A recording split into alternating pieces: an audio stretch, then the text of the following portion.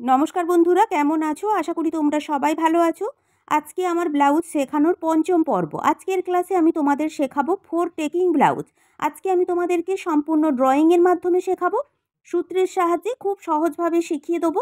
আমি কিন্তু step by step তোমাদেরকে ক্লাসের মাধ্যমে ব্লাউজ শেখাচ্ছি। তোমরা যদি আমার ব্লাউজের ক্লাসগুলো না অ্যাটেন্ড করে থাকো তাহলে অবশ্যই দেখে নিও। আশা করি তোমরা প্রথম থেকে ব্লাউজটা শিখতে পারবে। আজকে আমার ভিডিওটা নতুনদের জন্য, নতুন হয়ে থাকলে ভিডিওটা স্কিপ না করে তোমরা পুরো ভিডিওটা দেখো। আর আমার ভিডিওটা যদি তোমাদের ভালো লেগে থাকে তাহলে তোমরা অবশ্যই আমার চ্যানেলটিকে লাইক, শেয়ার, সাবস্ক্রাইব করো, আমার পাশে থেকো। চলো তাহলে দেখে নিই।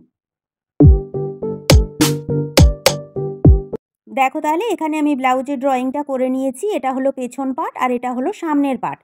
প্রথমে দেখে নেবো মাপ। একটি ব্লাউজ কাটিং করতে কি কি মাপের প্রয়োজন হয়, যেমন ঝুল, পুট, আরমোল, ছাতি, কোমর, সামনের গলা, পেছন গলা, পয়েন্ট, এই কয়েকটি মাপের প্রয়োজন হয়। যখন আমরা ব্লাউজ কাটিং করি তখন কিন্তু ব্লাউজের পেছন পার্ট আমাদেরকে প্রথমে কাটিং করতে হয়, তাই পেছন পার্ট তোমাদেরকে প্রথমে বুঝিয়ে দেবো। আর একটা কথা, যে কোনো ব্লাউজ কাটিং করি না কেন পেছন পার্ট একই থাকে, শুধু চেঞ্জ হয় সামনের পার্ট। ব্লাউজ কাটিং করার জন্য কাপড়টাকে প্রথমে দুভাজে ভাঁজ করতে হবে। বাম সাইডে থাকবে জোড়া সাইড, আর জোড়া সাইডের দিক থেকেই কিন্তু ড্রয়িংটা শুরু করতে হবে। আর তোমরা যদি মনে করো যে পেছনে হুক করবে তাহলে প্রথমেই তোমরা 1/2 ইঞ্চি কাপড় এক্সট্রা নিয়ে নেবে হুক আর হুকের ঘরের জন্য। যদি পেছন পাটে হুক করো তাহলে পেছন পাটে নিয়ে নেবে, যদি সামনের পাটে হুক করো প্রথমে তোমরা 1/2 ইঞ্চি কাপড় এক্সট্রা নিয়ে নেবে হুক আর হুকের ঘরের জন্য। প্রথমে নিয়ে নেব ব্লাউজের ঝুলের মাপ। এখানে কি লেখা রয়েছে দেখো, ঝুল প্লাস 1 ইঞ্চি বেশি, মানে ব্লাউজের ঝুল যা থাকবে তার সাথে 1 ইঞ্চি প্লাস করে ঠিক এখান থেকে এই পর্যন্ত ঝুলের মাপটা নিতে হবে। এরপর দেখো, আমরা যে ব্লাউজের ড্রয়িং করব, ড্রয়িং করার সময় আমরা সাইডে যে 1/2 ইঞ্চি কাপড় এক্সট্রা নিয়েছিলাম, এক্সট্রা কাপড় ছাড় দেওয়ার পরই কিন্তু ড্রয়িংটা করতে হবে, এটা তোমরা মাথায় রাখবে। এরপর নিয়ে নেব পুটের মাপ। সাইডে 1/2 ইঞ্চি কাপড় ছাড় দেওয়ার পর দেখো এখান থেকে এই পর্যন্ত পুটের মাপ নিয়ে নেব 5.5 ইঞ্চি। পুটের মাপ কিন্তু পিঠের লেন্থ হিসাবে নিতে হয়। পিঠের লেন্থ যত ডিপ হবে পুটের মাপ কিন্তু তত ছোট হবে। বুঝতে পেরেছো? এরপর দেখো এখান থেকে এই পর্যন্ত নিয়ে নেব আরমোলের মাপ। এখানে দেখো আরমোল বলে লিখে নিয়েছি। পুটের মাপ যা নিয়েছি তার সাথে 1/2 ইঞ্চি প্লাস করে আরমোলের জন্য মাপটা নিয়ে নেব। এটাই কিন্তু সব থেকে সোজা হিসেব। এরপর আরমোলের দাগটাকে সোজা করে মিলিয়ে নেব, নিচের দাগটাকেও সোজা করে মিলিয়ে নেব।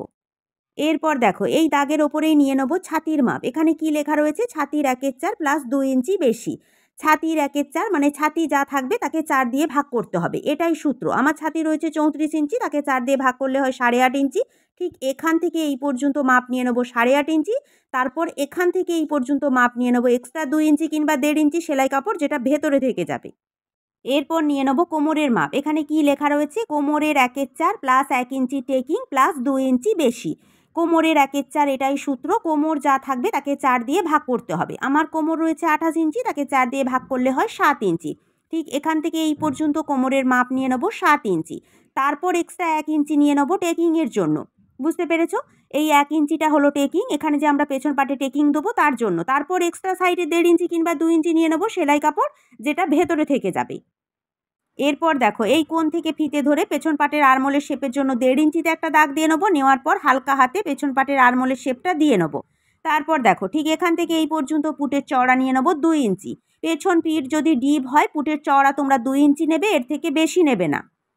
এরপর দেখো ঠিক এখান থেকে এই পর্যন্ত পেছন গলার লম্বা নিতে হবে। পেছন গলার লম্বা যা থাকবে তার সাথে 1/2 ইঞ্চি প্লাস করে পেছন গলার লম্বাটা নিতে হবে, কারণ কাঁধে আমাদের 1/2 ইঞ্চি সেলাইয়ে চলে যাবে। বুঝতে পেরেছো? এরপর যদি তোমরা পেছন পিঠটা একটু ছড়ানো করতে চাও, এখান থেকে এই পর্যন্ত 2.5 ইঞ্চি কিংবা 3 ইঞ্চি নিয়ে নেবে। নেওয়ার পর এখানে একটা বক্স করে নেবে। বক্স করে নেওয়ার পর তোমরা তোমাদের মতো পিঠের শেপটা দিয়ে নেবে। তাহলে বুঝতে পেরেছো নিশ্চয়ই। এই হয়ে গেল আমাদের পেছন পাটের ড্রয়িং। এরপর দেখে নেব সামনের পাটের ড্রয়িং। সামনের পাট কাটিং করার জন্য কাপড়টাকে ডবল ভাঁজে ভাঁজ করতে হবে। বাম সাইডটা জোড়া সাইড থাকবে আর জোড়া সাইডের দিক থেকেই কিন্তু ড্রয়িংটা শুরু করতে হবে।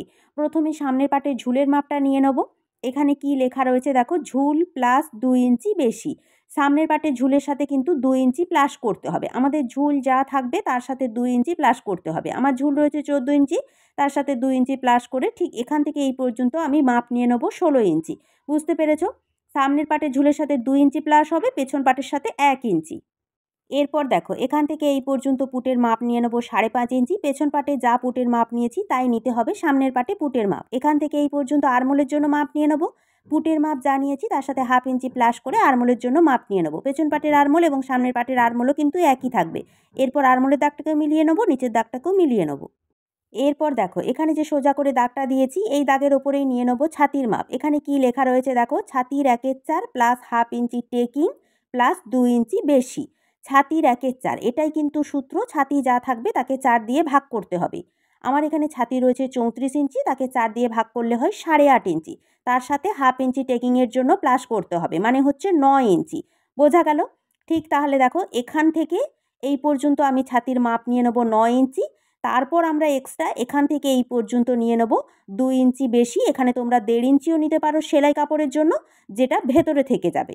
তাহলে বুঝতে পেরেছো ছাতির সাথে যে আমরা 1/2 ইঞ্চি টেকিংয়ের জন্য প্লাস করেছি, এখানে যে আরমোলের কাছে টেকিংটা দিয়েছি তোমরা দেখলে বুঝতে পারবে এই টেকিংয়ের জন্য 1/2 ইঞ্চি প্লাস করতে হবে। এরপর নিয়ে নেব কোমরের মাপ। এখানে কি লেখা রয়েছে, কোমরের 1/4 প্লাস 1.5 ইঞ্চি টেকিং প্লাস 2 ইঞ্চি বেশি সেলাই কাপড়। কোমরের 1/4 এটাই সূত্র, কোমরও যা থাকবে তাকে 4 দিয়ে ভাগ করতে হবে। আমার এখানে কোমর রয়েছে 28 ইঞ্চি, তাকে 4 দিয়ে ভাগ করলে হয় 7 ইঞ্চি।